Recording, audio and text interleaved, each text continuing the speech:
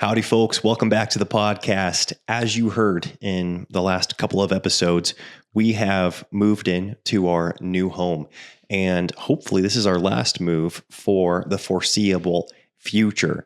That said, we did want to give you a bit of a life update because we usually don't give life updates, but because we've been going to and fro and to and forward and backwards and forwards for the better part of a year now, we wanted to catch you up to date on where we're currently at, how it's been living in our new home, and what the plan is going forward. For those of you that are watching this on YouTube, we would love it if you're able to leave a rating or a review.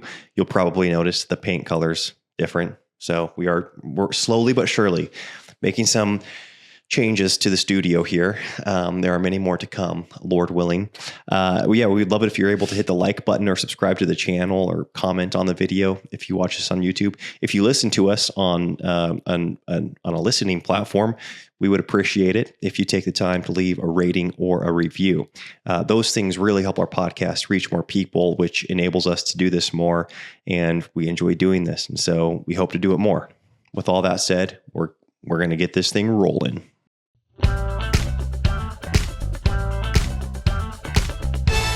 The Now That We're a Family podcast. Okay, you guys. Well, we don't have any housekeeping for you guys today. We're just going to dive right into the episode. And right? Am I off on that? Well, I am. No. Okay. I didn't ask you. Well, I don't even know if I should mention it because literally the day that this goes out will be the last chance people have to order the magazine. But I thought I would go ahead and let people know because it's the last day. So if you're listening to this on the day that it comes out, check the link below to order the spring edition of the Now That We're a Family magazine. If you're listening to this at any other point, then maybe your friend has the magazine and you can go over to their house and look at it. Or maybe we'll be ready for our summer issue at that point. Yeah, I was going to say the link for the summer issue will be down below. Yeah. So yeah, it's kind of fun how it just rolls from one into the next. And I'm really excited even though I'm really excited about the spring issue, just the way our brains are, we have to start thinking about the summer issue and just our contributors for the summer issue. I'm really excited about. We have Abby from M is for Mama writing for us. We have one of our friends that was a fighter pilot writing for us. I love what he wrote. My father's writing for the summer issue. I'm really excited about all of our contributors for the whole year, really. So anyways, it's been a really fun project. Yes. And like Elisha said, the color's different. Elisha had to leave and go somewhere overnight. And what I like to do when he's gone somewhere is do a project, usually. Because it's like, I don't just want to lay in bed by myself. And so it just helps keep my mind busy and this is probably hours. The fourth or fifth time I've gone away overnight and come home to, usually it's painting. Usually you paint something, paint a room, paint the stairs, paint something, paint the back deck. Like you've done all sorts of painting when I choose to go away. And I'm usually thrilled with what you've done. So thank you. Are you happy with it? Oh yeah. I think this is fun. We did decide on painting this. It was kind of like before we could do anything else, it had to be painted. Yep. So we did step number 1, which I'm excited about. Okay.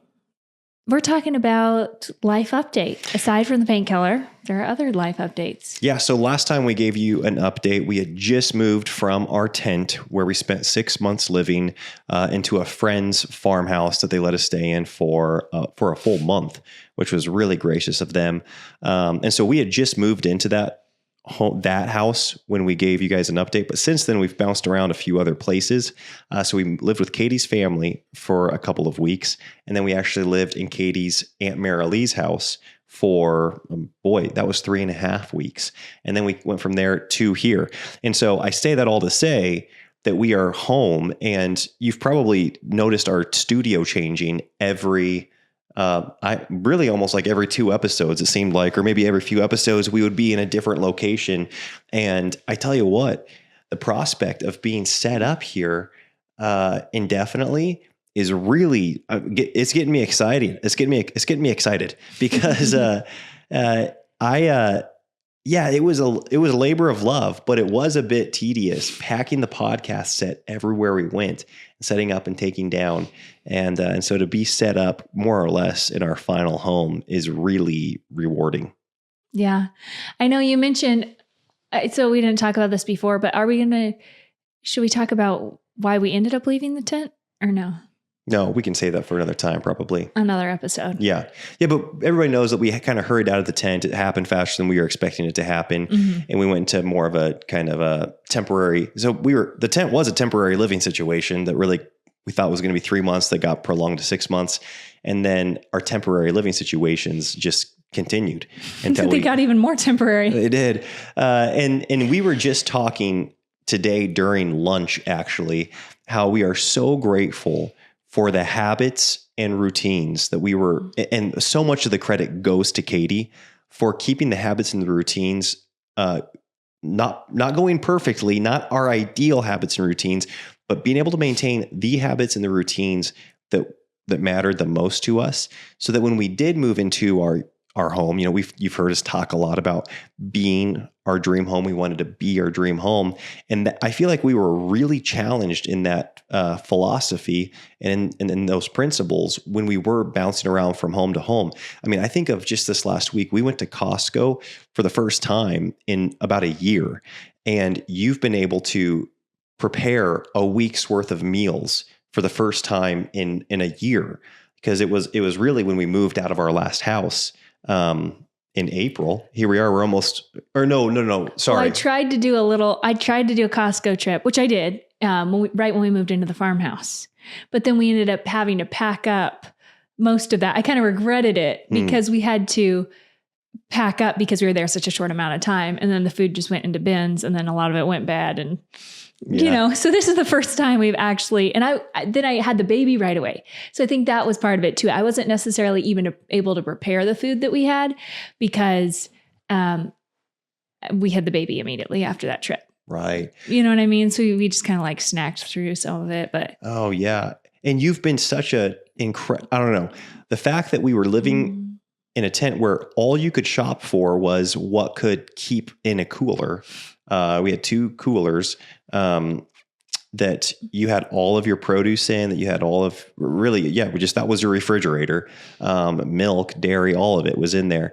And so you were shopping like every other day, as opposed to, I think, our systems and routines before. You would meal prep for a week, which was, I mean, I loved, obviously, and it seemed like it worked for you as well. And even as we've gone back to Costco and like filled our pantry and filled our new fridge, it is crazy because we kept to a lot of the principles that we wanted to keep to, and that was doing dinners together, doing meals together, you cooking great, nutritious meals. But now, I don't know about you, but I mean, actually, I don't even know why I'm talking about this. You should be the one talking about it. It just seems so much more sustainable and so much easier now that we have our own kitchen. We're able to shop and prepare in this way. Well, Elisha's very gracious. He's always very gracious of me in person and on the podcast here, because there have, first of all, a big reason why we kept any systems and routines going was because of Elisha. It was because of you keeping our family on track, work on track. Like, it was such a team effort, and I really followed your lead in that. And I was so grateful. You really carried the heavy load with that. And then also when it comes to meals, having meals as a family and the whole nutritious situation is open for interpretation in terms of, we went out to eat quite a few times. Elisha saved my bacon. So yes, we were having a meal, but it was expensive. It wasn't that healthy. He was paying for us to go out. And then I feel like there's just a huge relief for everyone in our family seeing all the food. It's funny. I didn't realize how much angst that was bringing into our home, not knowing, the kids and Elisha not knowing if we would be eating out that meal, what I would be making, if we had food that, sometimes our food went bad and I thought I was going to make something, and then the ingredients I had, one of them wasn't, right, or I had to run to the store half an hour before we ate. And so everyone's hungry. And so it's just brought a lot of peace in our home, I would say, seeing, there's food in the fridge and freezer, there's food in the pantry, and mommy's making meals at home now. Like, it's just been a real gift. And it's something that I don't want to take for granted, I guess. Yeah, it is that a gift. stability it brings to the home to know where food's coming from every day. Yeah, I've seen the difference even in our children's, I guess, disposition. Being able to count on breakfast at the same place at the same time, lunch and dinner, and like I said, we ate together as a family throughout that kind of transient season, but it was kind of flying by the seat of our pants. Every day it was like, well, what are we doing today? And sometimes, and I think it was a combination, because this is what I think we will forget is that we were moving from place to place, but you were postpartum that entire time, because you had Lyman January 2nd.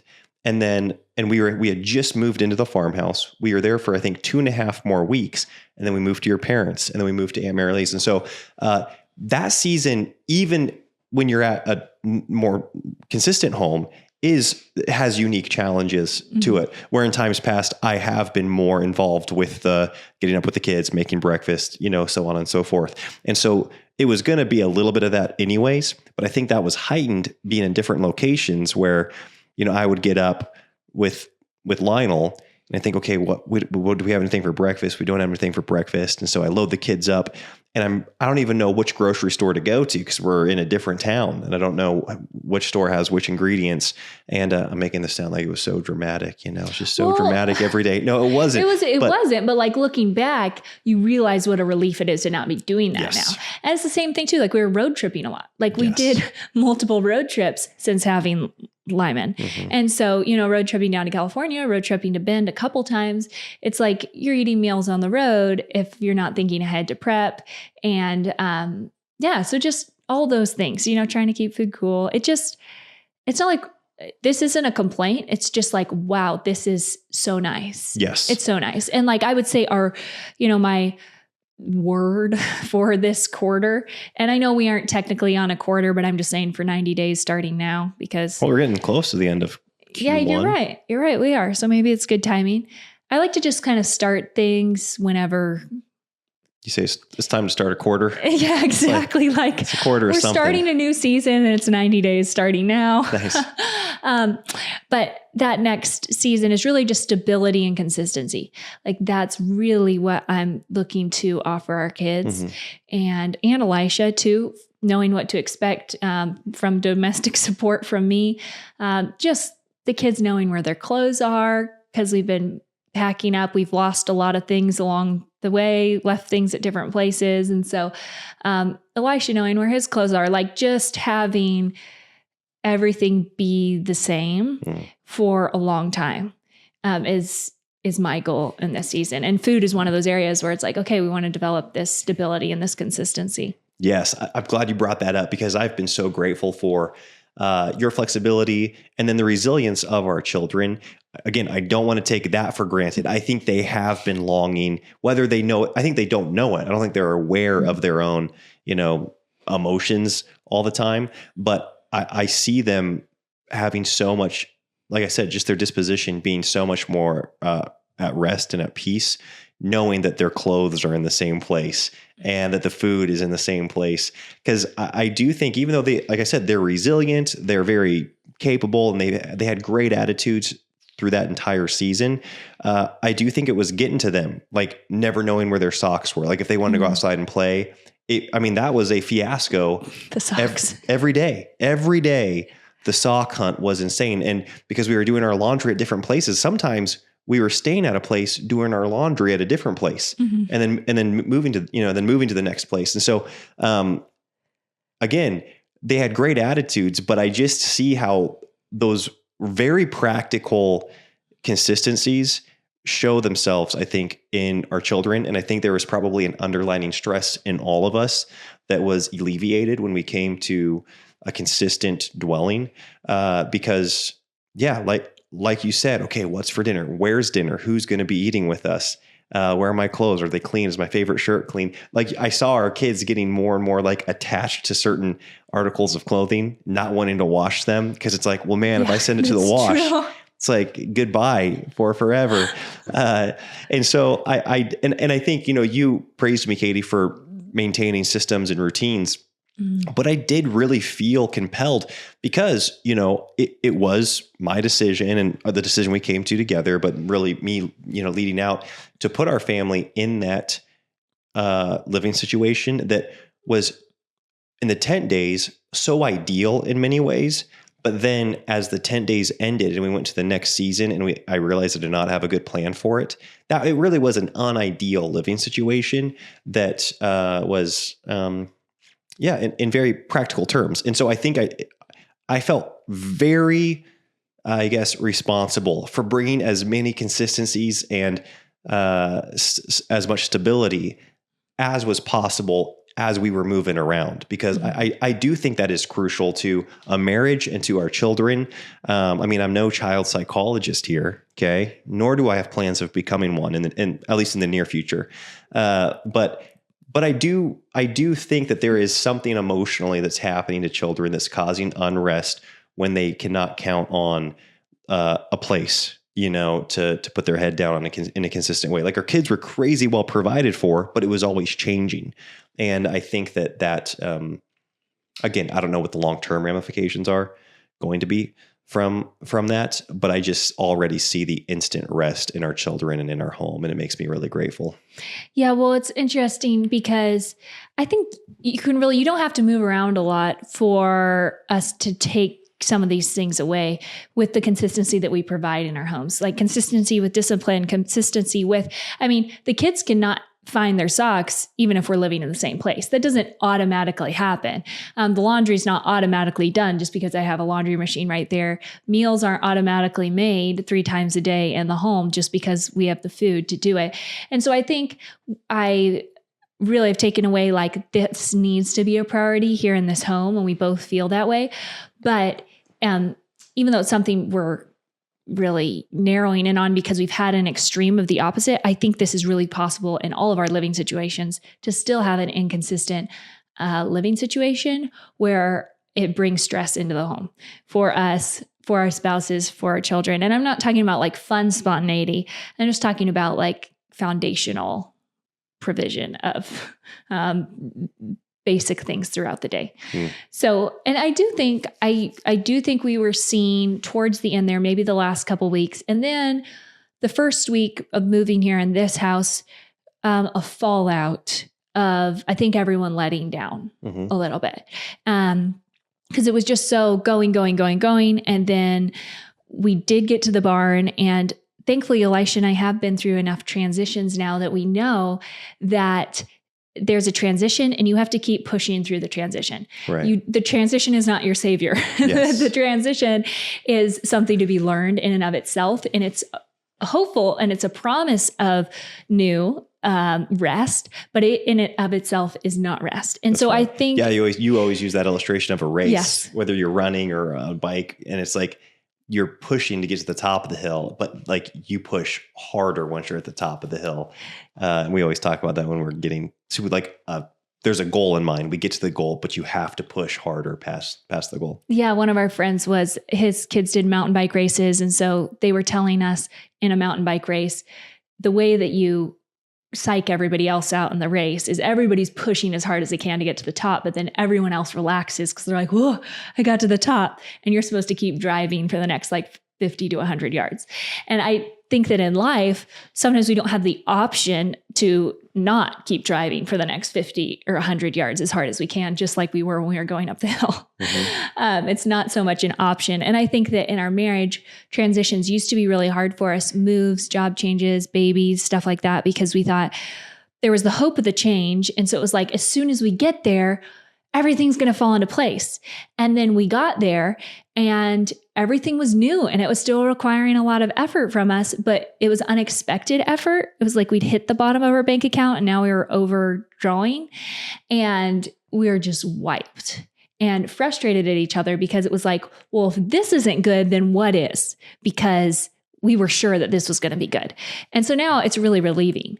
to be able to get to a transition and just go like, oh yeah, this is going to require a lot from us too. But on the other side of this transition is where we're really going to reap the benefits.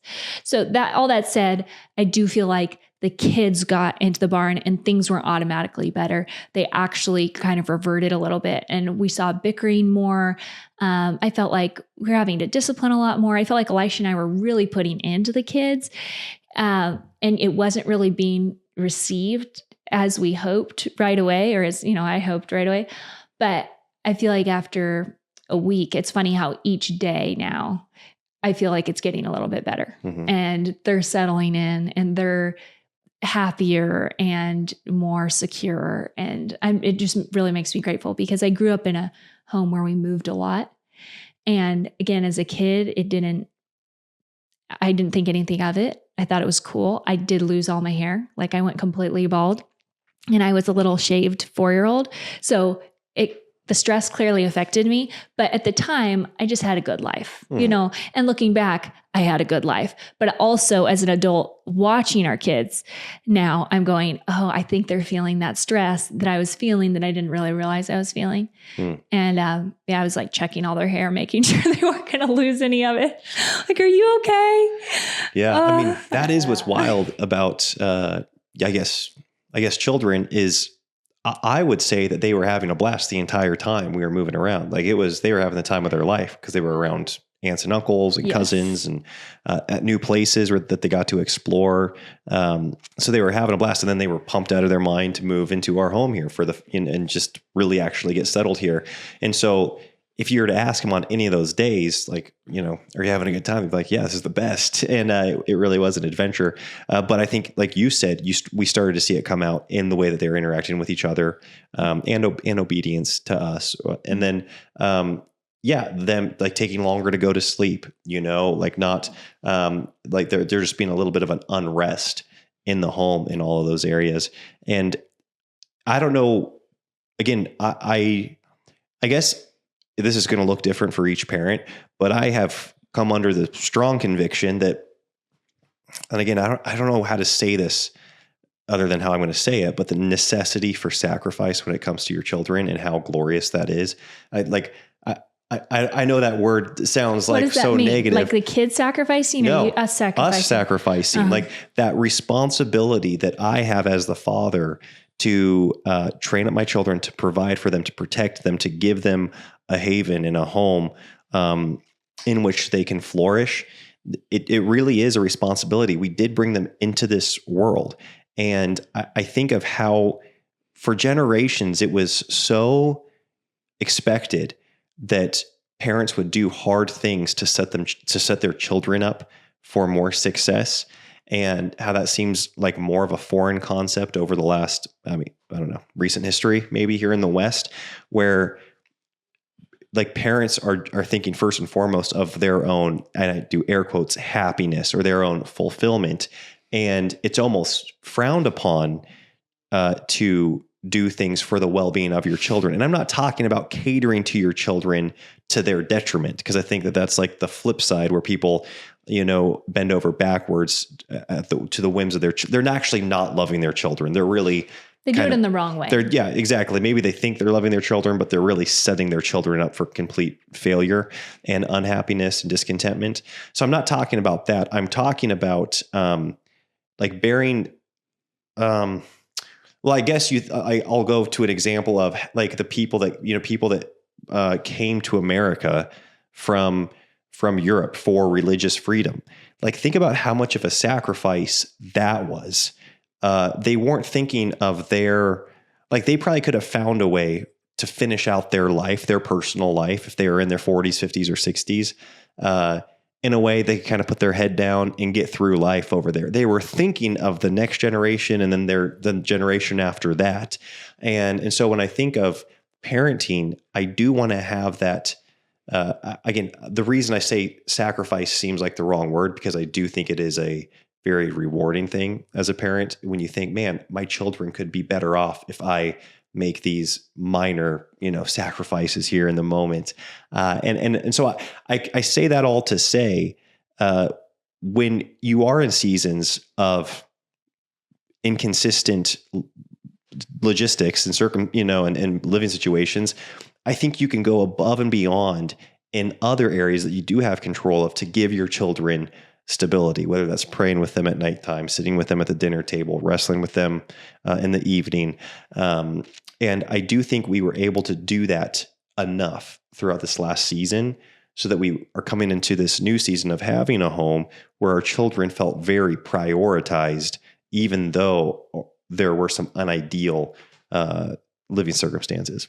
Yeah, absolutely. And I think things that we did stick with were, family times in the evening. And I think the kids really loved those. Mm-hmm. So there were some things that, you consistently took one or two of the kids with you when you did things. And there were wonderful, sweet things that happened along the way. And it wasn't like everything was just out the window. I think we're just, it's more like nuance that we're talking about here. It's not like any big issues or whatever, but like I would say in terms of little things we're doing is at the beginning of the week, I'm telling the kids, okay, this is what's happening during the week. In the evenings, this is, we are going to home group this week. You guys are going to father-son on this day. We're going to be doing our co-op on this day.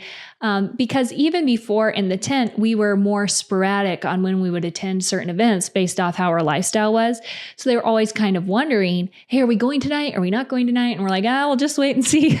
We'll see if I can get to the laundry at the laundromat and back in time or whatever the case may be. So now I just feel like that's something that we're able to give them. And so they ask a lot less. They seem a lot not as needy. And that's something I just want to continue going forward as Elisha and I determining at the beginning of the week, what are we going to be doing? And then communicating that to the kids up front at breakfast. And then they can plan on that. And they like being able to plan on whether or not we're making an event, them knowing ahead of time is really helpful for them. So it's just like little things like that. We started instituting chores again. They love those. It's funny. It's like little consistencies they really appreciate. And they're things that they know how to do and they feel accomplished when they do them. And it just brings so much security to our home. Yeah. Again, those can seem like such small things, chores or school or music practice. You talked about having food in the pantry or telling them which days we're going to community group or whatever, kind of giving them the outline of the week. But those were things that were totally, we did not have. They were absent in the quarter prior. And, I'm just going to use the quarter too. Yeah, I don't know if it was a quarter or not, but it was the previous 3 months. It was kind of from January, February, December, January, February. Yeah, I'd say mid-December. Yeah. And so just giving them that structure brings so much life to them. And then we all want to see quantifiable wins in our life. And I think that's something that we have to create for ourselves when it comes to our homes and for our family, because usually the wins are quantifiable out in the workplace by like a dollar amount or a project that's finished or a title you're given or just affirmation from your boss, right? And from your peers or your customers. When it comes to the home, everybody still has that desire to see quantifiable growth and progress. But we kind of have to decide for ourselves what that is. And you have to make checking boxes can be a really rewarding thing. But then when it comes to the home, we have to be the ones that make the boxes.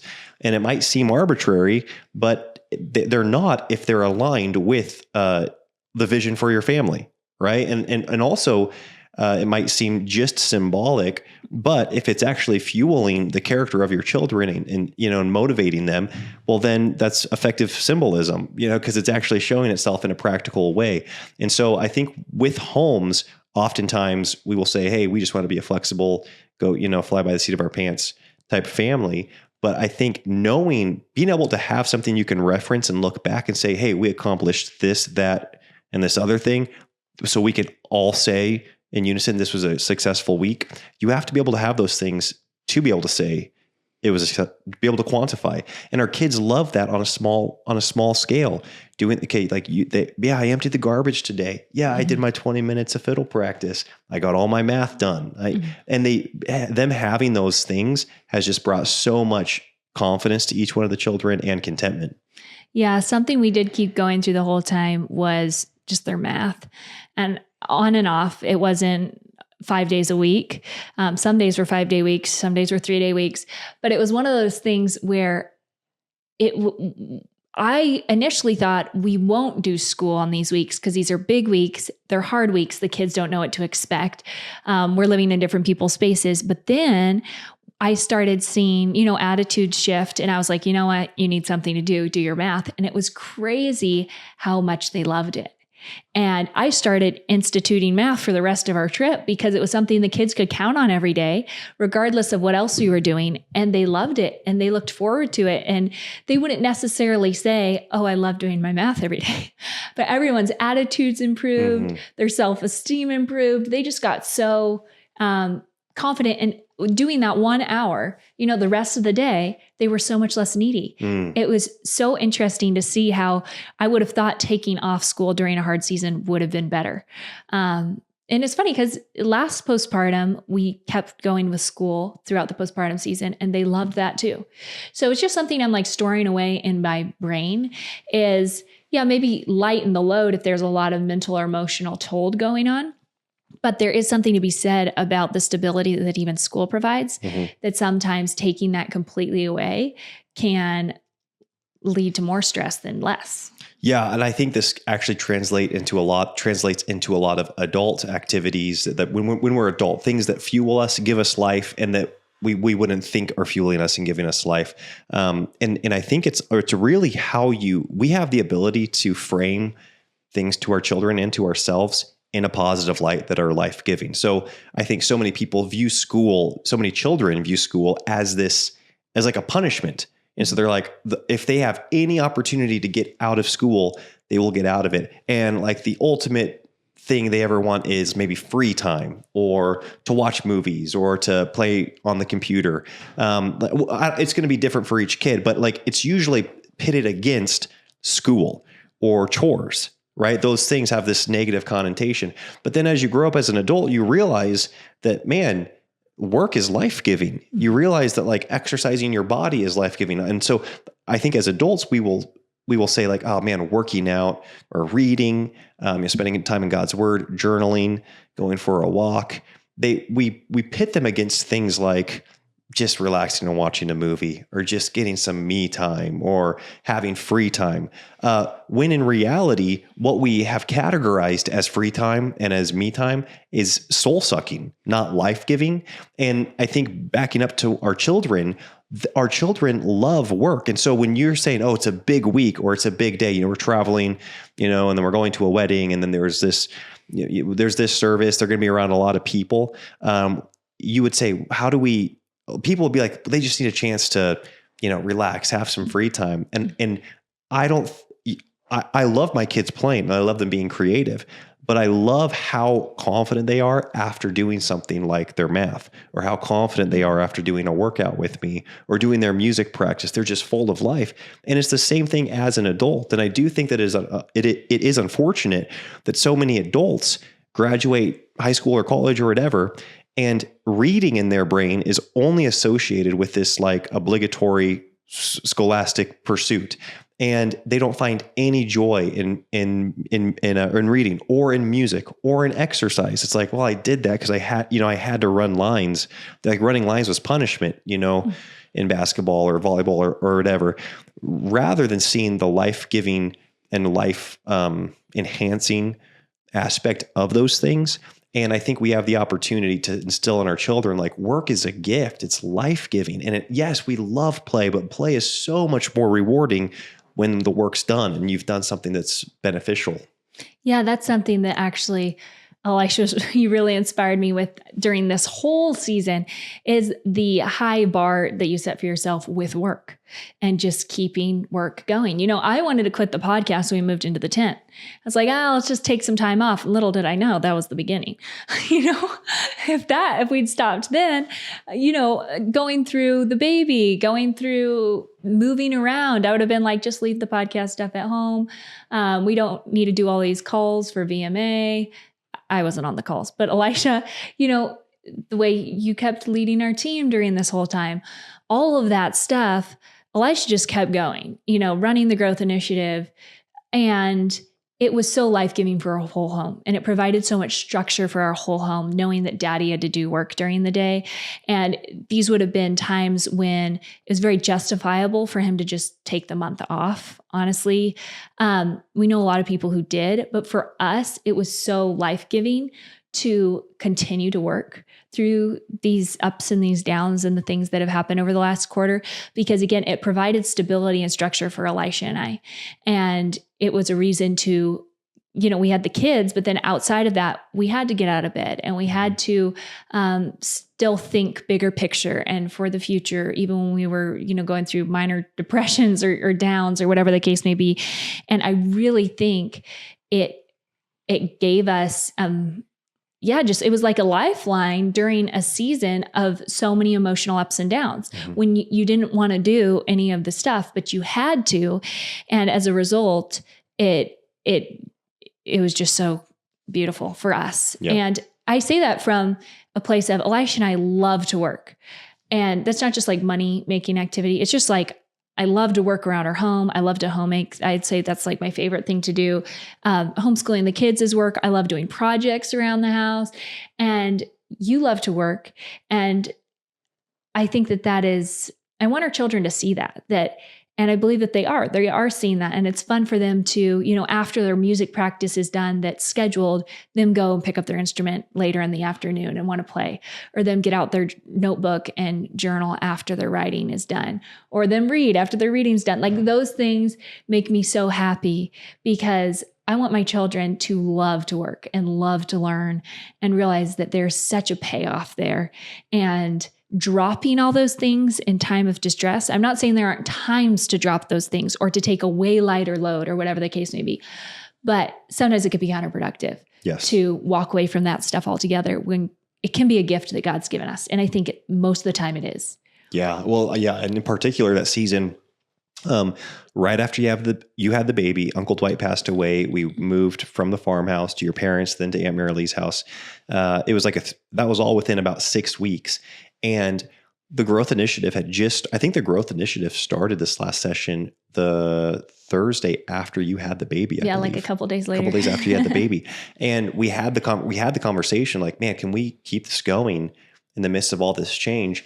And I would say that the podcast, the growth initiative, the VMA calls, the team calls, I go through those like things that were consistent, like commitments that I had to show up for, kept my head so much more stable than had I not had those things. It would have been like, hey, like let's just cancel everything this month and survive. That would have been way more challenging for me mentally, and I think for our family emotionally. And so you start to realize, man, there's a gift even in the structure of the work week that God's given us. Working 6 days and resting 1 is just such a healthy rhythm, regardless of the season, and really clinging to that, I guess it doesn't mean you're not being relational. It doesn't mean you're not prioritizing different things. We hopefully were. I know that was our heart. But being consistent in these things was really life-giving. And so, I'm with you. And it's funny when I think of memories, my favorite memories with my siblings are around what you would, consider, I guess, work situations where we were arranging music together, practicing music together, going and performing and traveling, playing music, being in the family coffee shop. We just spent so many hours at our family coffee shops together as a family, either working shifts or being there after hours, repairing equipment, renovating the cafe or cleaning the cafe after hours. And it was a fun experience as a family working together. It didn't mean that there weren't times where you had to show up out of discipline and out of, necessity. But the overall sentiment towards work was, hey, this is fun and rewarding. Well, I think that's almost always how work is it starts out of discipline and necessity. And that's why it's so easy to not want to do. But then it gives there's all these back-ended rewards that you get when you put in that little bit of discipline or necessities calling you to do it. Even if you don't have the discipline, you just have to do it out of necessity. Yes. So, I mean, and I think sometimes when we say these things, or when I say these things, it gets taken as like, well, Katie, you just had a baby. You need to be resting, and there is a time to rest. And I know that some of you were a little concerned maybe that we just kept the podcast going through the whole time and stuff like that. But I will say this, one, the podcast doesn't work for me. It's work for Elisha. He sets it up. He gets it, talks to our editor, all that stuff. I get to sit here and visit with my husband. So it's very easy to continue through the postpartum season. But also, I don't want to encourage any woman to like that I had this huge workload postpartum. A lot of the stuff we did this postpartum was out of necessity. It was not because of that I think it was even the healthiest thing to do for me and the baby and our family. I think it was just required of us. And I think there was a gift in it during the season, but it wasn't what I would have chosen or what I would encourage someone else to do, So I do think that there are seasons, rest is very important, and rest is important in all seasons. And sometimes there are times that call for more emotional rest and more mental rest and more physical rest. And that's a beautiful thing. But I think sometimes throwing it all out can actually lead to more mental stress and emotional stress.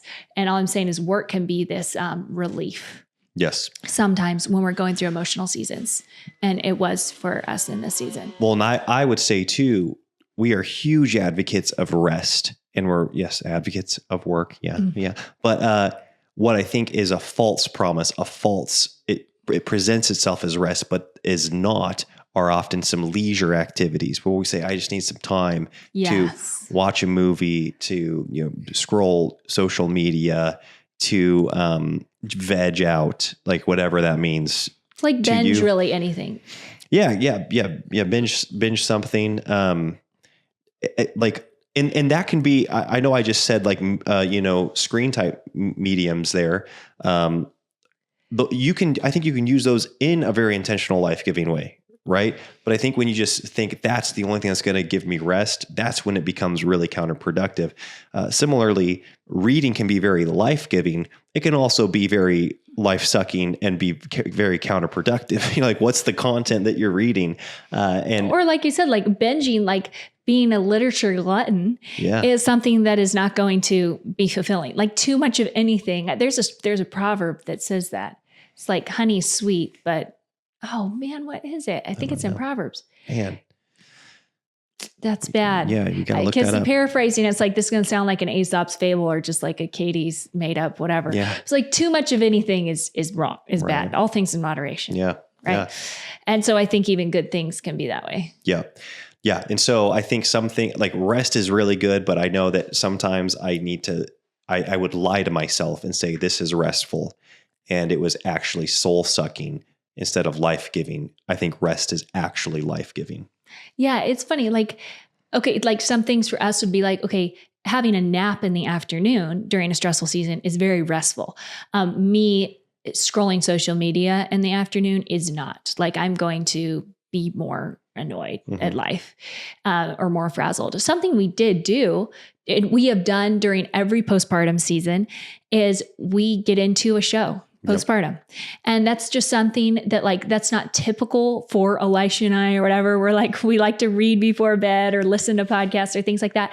But it's just something that I've totally do not feel bad about in the postpartum season, because it's like, I know I'm going to be nursing till late. I'm trying to stay up till around 11 at night, those first few weeks. And so it's something we've just really been able to enjoy. And I think that maybe the first few babies, I really beat myself up about that. I'm like, I don't want to be the person that watches a show every night before I go to bed.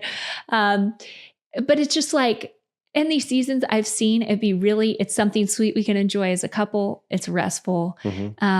And we enjoy it, and it's really sweet time. So I'm not saying it's, I just want to give you guys a realistic, honest perspective here. Yeah. I'm not saying we're over here like little military soldiers, work, or keep to the exact rhythm, never get off. There are things that we allowed ourselves that we really enjoyed very intentionally, and were really sweet. I mean, there were things I enjoy when I'm postpartum eating a fourth meal that's hot cereal or chocolate or whatever the case may be, again, during those hours, because I'm staying up late and I'm not getting up early and I am ravenous.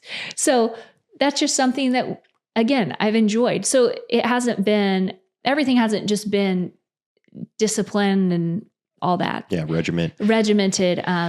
I think being intentional at every season is important, but you can be intentional with things that really do refuel you and bring you joy. And in different seasons, something like that can refuel me, or something like that can totally tear apart my confidence and be unhealthy. Yeah. So I agree. And I know that this is like, we probably just could have said this from the beginning, but maybe we'll sum it up with this, is you do have to learn how to be honest with yourself, because ultimately you have to hold yourself accountable in these areas. And I think you and I have gotten really confident in each other's perception of how we're doing, and then of our own perception of how we're doing as well. I don't know if I said that right, but so meaning like I just know when I'm staying up later than I need to stay up for the wrong reasons, just because I'm avoiding reality, or if I'm staying in bed longer than I need to be staying in bed because I'm avoiding reality, or when I'm like, you know what, I'm going to grab this extra hour of sleep because it's going to be a huge day. Like we know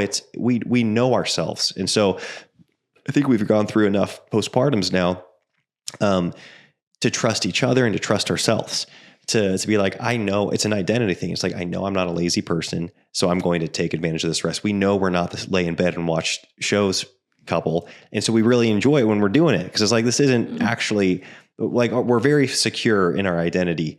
And I think that you just have to know yourself when it comes to, is watching the game a great time for you to let down, or are you avoiding something, or is it avoidance? Are you distracting yourself from reality in an unhealthy way?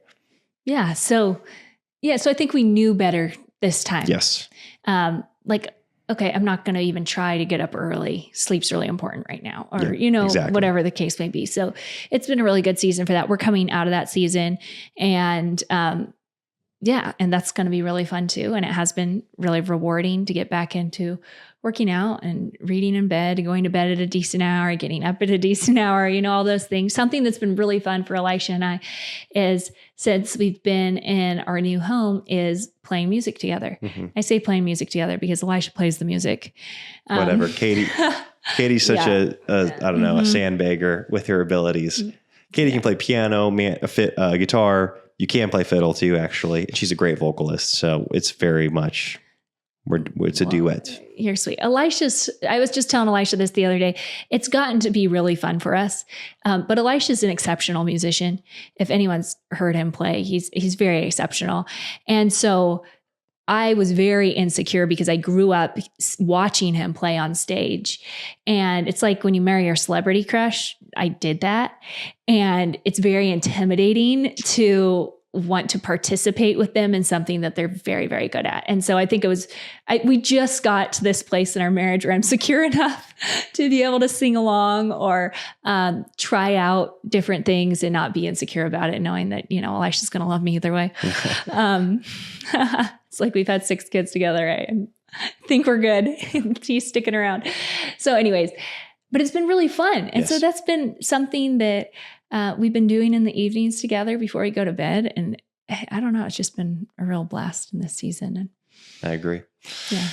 Awesome. Folks, thank you all so much for listening. That is probably the last life update you're ever going to get from us, because our life is going to be a little bit more consistent going forward.